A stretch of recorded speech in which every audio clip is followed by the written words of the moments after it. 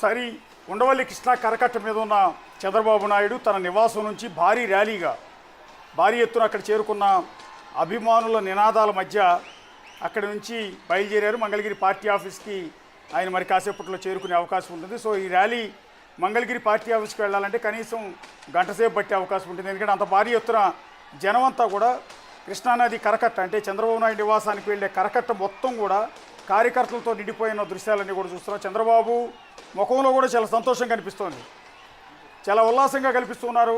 అది కూడా భారీ స్థాయిలో ఒక రికార్డు స్థాయిలో వచ్చిన ఆ విజయం ఆయన ముఖంలో మనకు స్పష్టంగా కనిపిస్తోంది.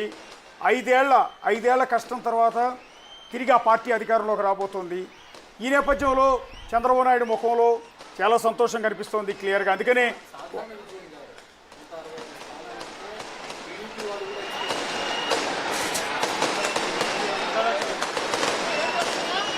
ఎస్ అది చక్రి చెప్పినట్టు ఒక చంద్రబాబు నాయుడు కూడా ఊహించున్నాడు. బహుశా ఒక కేకే సర్వే అనేవాళ్ళు వాళ్ళేదో ఊహించి చెప్పారు. వాళ్ళు కూడా 161 చెప్పారు. 165 స్థానాల్లో గెలుస్తారని చంద్రబాబు నాయుడు కూడా ఊహించుకుని ఉన్నాడు. సో అందుకని ఆ సంతోషం క్లియర్గా కనపడుతుంది. చక్రి మీరు ఒకసారి చూడండి, చాలా పెద్ద ఎత్తున చిన్న పిల్లలు చూడండి వచ్చి ఒకసారి డ్యాన్స్ చేస్తూ ఉన్నారు. అట్లాగే రాష్ట్రంలో మెజారిటీ ప్రజలు ఒకవైపు విజయమే లాస్ట్ ల్యాండ్ స్లైడింగ్ అనుకున్నారు, కానీ ఇది అసాధారణమైనటువంటి విక్టరీ ఒక రాష్ట్రంలో. అక్కడ డప్పులు మోగుతూ ఉన్నాయి, జెండాలు రెపరెపలాడుతూ ఉన్నాయి. చాలామంది పెద్ద ఎత్తున మీడియా ప్రతినిధులు, national media, local media, regional media అక్కడ మొత్తం మోహరించింది చంద్రబాబు నాయుడు ఏం మాట్లాడతారో చూడాలని. సో ఈ నేపథ్యంలో కార్యకర్తలను ఉద్దేశించి ఆయన ఇప్పుడే వాహనం పైకెక్కి అభివాదం చేశారు. చాలా నవ్వుతూ ఉల్లాసంగా చంద్రబాబు నాయుడు బయటకు వస్తూ ఉన్నారు. బహుశా ఓపెన్ టాప్ వెహికల్లో ర్యాలీగా వెళ్తారనుకున్నాం. ఎందుకు ఓపెన్ టాప్ వెహికల్ కూడా దిగేసినట్టున్నారు, దిగి నడుచుకుంటూ వెళ్తున్నారు. వాళ్ళకి బహుశా ఆ వెహికల్ ఎక్కుతారనుకుంటాను. ఆయన రెగ్యులర్ గా వెళ్లే వెహికల్లో కారులోనే వెళ్ళిపోతున్నట్టున్నారు. సో ఇప్పుడు ర్యాలీలకు పర్మిషన్ లేదు కదా, బహుశా వాళ్ళ కౌంటింగ్ కాబట్టి ర్యాలీ లాంటివి చేయకూడదు, ఎన్నికల కమిషన్ పర్మిషన్ తీసుకోవాలి. అందుకని బహుశా అభివాదం చేసి మళ్ళీ కారుకి మంగళగిరి వెళ్ళిపోతున్నట్టున్నారు. బహుశా ర్యాలీ కాదు, ర్యాలీ చేయాలంటే అనుమతి తీసుకోవాలి. అందుకనే పైనుంచి అభివాదం చేస్తున్న చంద్రబాబు నాయుడు కూడా మనం ఒకసారి దృశ్యాల్లో చూడవచ్చు. చంద్రబాబు కూడా చాలా సంతోషంగా ఇందాక నుంచి చెప్తూ ఉన్నాం మనం, చాలా ఉల్లాసంగా కనిపిస్తున్నాడు. ఆ విజయాన్ని ఎంజాయ్ చేస్తున్నట్టుగా కనిపిస్తుంది. చాలా ఒడిదుడుకులు ఎదుర్కొన్నారు. 5 ఏళ్లలో 23 స్థానాలకు పరిమితం కావడం, అందులో కొంతమంది వెళ్ళిపోవడం, మరో పక్కన అరెస్టు, ఇంకో పక్కన కేసులు. ఆయన జీవితంలో ఇన్ని ఒడిదుడుకులు ఎదుర్కొని ఉండరు. ఈ 5 ఏళ్లలో అన్ని ఒడిదుడుకులు ఎదుర్కొని ఈ స్థాయి విజయాన్ని సాధించిన తర్వాత అఫ్కోర్స్ కుటుంబంలో కానీ ఆయనలో కానీ ఆ సంతోషం అనేది రిజంబుల్ అయ్యే అవకాశం ఖచ్చితంగా ఉంటుంది. దాదాపు 53 రోజుల పాటు జైల్లో ఉన్నారు. అవును, జైల్లో ఉన్నారు. వీటికి తోడు కొన్ని అవమానాలు.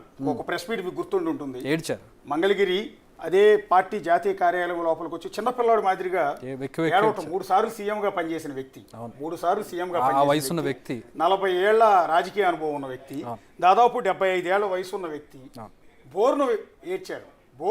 అంటే ఇంట్లో చిన్నపిల్లలు ఏడ్చినంత ఆ బాధ ఆ రకంగా రిఫ్లెక్ట్ అయింది. అంత దారుణంగా బాధపడ్డారు, తన భార్యను ఉద్దేశించి ఈ రకంగా కామెంట్ చేశారు అని. ఇన్ని అవమానాలు, ఆఖరికి ఆ వయసులో కూడా 53 రోజుల పాటు జైల్లో ఉండొచ్చారు చంద్రబాబు నాయుడు. సో జైల్లో చంద్రబాబు వెళ్ళిన సందర్భంలో పార్టీకి ఉండదు, పార్టీ మొత్తం కొలాప్స్ అయిపోయిందని అనుకున్నారు చాలామంది. బట్ జైల్లోంచి రిలీజ్ అయిన తర్వాత బయటకు వచ్చి ఆయన కొడుకు లోకేష్ ఇద్దరు కూడా రాష్ట్రం అంతా పర్యటించారు. ఆ వయసులో ఆయన పర్యటన చేయడం అంటే జగన్మోహన్ రెడ్డి వయసు కానీ, పవన్ కళ్యాణ్ వయసు కానీ, లోకేష్ వయసు కానీ ఇదంతా వేరు. కానీ ఆయన వయసు, ఆయనకున్నటువంటి ఆరోగ్య సమస్యలు ఇవన్నిటి దృష్ట్యా ఎర్రటి ఎండలో అంత మండు వేసవిలో ఆయన సుదీర్ఘమైనటువంటి ప్రచారం, ఎక్కడ రెస్ట్ తీసుకోకుండా ప్రచారం చేసినటువంటి తీరు ఆయనలో ఎంత కసి ఉంటుంది. 5 ఏళ్లలో ఆయన కూడగట్టుకున్నటువంటి కసి, ఎంత ఓపికతో ఆయన ముందుకెళ్లారనేది మనం అర్థం చేసుకోవచ్చు. దాని ఫలితం ఈరోజు చూస్తున్నాం. నిజంగా దాదాపు 45 డిగ్రీల టెంపరేచర్. అవును, ఒక ఫోటో కూడా మీకు బయటికి రిలీజ్ అయింది, వైరల్ అవును అయింది. అవును ఆయన చెమటతో మొత్తం తడిసిపోయి ఉన్నారు. బేసిక్గా మనకి అంటే ఆయన జైల్లో ఉన్న సందర్భంలో మనం విన్నాం, ప్రతి 24 గంటలకో 18 గంటలకో ఆయన షర్ట్ మార్చుకుంటూ ఉంటారు ఆయనకు ఉన్నటువంటి శారీరక సమస్యల దృష్ట్యా అని చెప్పి. అలాంటిది అసలు విజయవాడలో కానీ, రాజమండ్రి కానీ, వైజాగ్ కానీ ఈ ప్రాంతాల్లో ఎంత సల్టరీగా ఉంటుంది, ఎంత ఉక్కపోత ఉంటుంది, ఎంత ఎండ ఉంటుందో మీకు తెలియదు కాదు.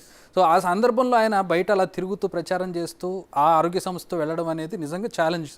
ఎస్ ఒకసారి ఎగ్జాక్ట్లీ చక్రి ఒక ఇంట్రెస్టింగ్ పాయింట్ అది. యాక్చువల్లీ ఆయనకి కొంత స్కిన్కి సంబంధించిన ప్రాబ్లం ఉంది. ఆ ప్రాబ్లం హీట్ని ఎక్కువ తట్టుకోలేదు, అందుకని జైల్లో కూడా ఏసీ కావాలని రిక్వెస్ట్ చేశారు. భువనేశ్వర్ కూడా చాలా విజ్ఞప్తి చేశారు. సో అలాంటి పరిస్థితుల్లో చంద్రబాబు నాయుడు ఆ వయసులో కూడా అన్ని ప్రాబ్లమ్స్ ఫేస్ చేసి, అవమానాలు ఫేస్ చేసి, ఆఖరి కన్నీళ్లు పెట్టుకుని జైలుకి వెళ్ళి చివరికి బహిరంగ సభలు ఏర్పాటు చేస్తుంటే, రోడ్ షో చేస్తూ ఉంటే, ర్యాలీ చేస్తుంటే ఎక్కడెక్కడ పర్మిషన్స్ ఇవ్వాల. సొంత నియోజకవర్గం కుప్పం వెళ్ళిన సందర్భంలో కూడా అక్కడ ఉన్న ఎస్పీ నిశాంత్ రెడ్డి ఆపేశాడని ఆ రోజు ఆయన పెద్ద ఎత్తున ఫైర్ అయ్యాడు. నా నియోజకవర్గంలో నాకే ఎంట్రీ లేదంట తమ్ముళ్ళు అంటూ ఆయన ఆవేదన వ్యక్తం చేశాడు. ఆయన తర్వాత ఆయన కొడుకు లోకేష్ పాదయాత్ర చేపట్టారు యువగళం పేరుతో.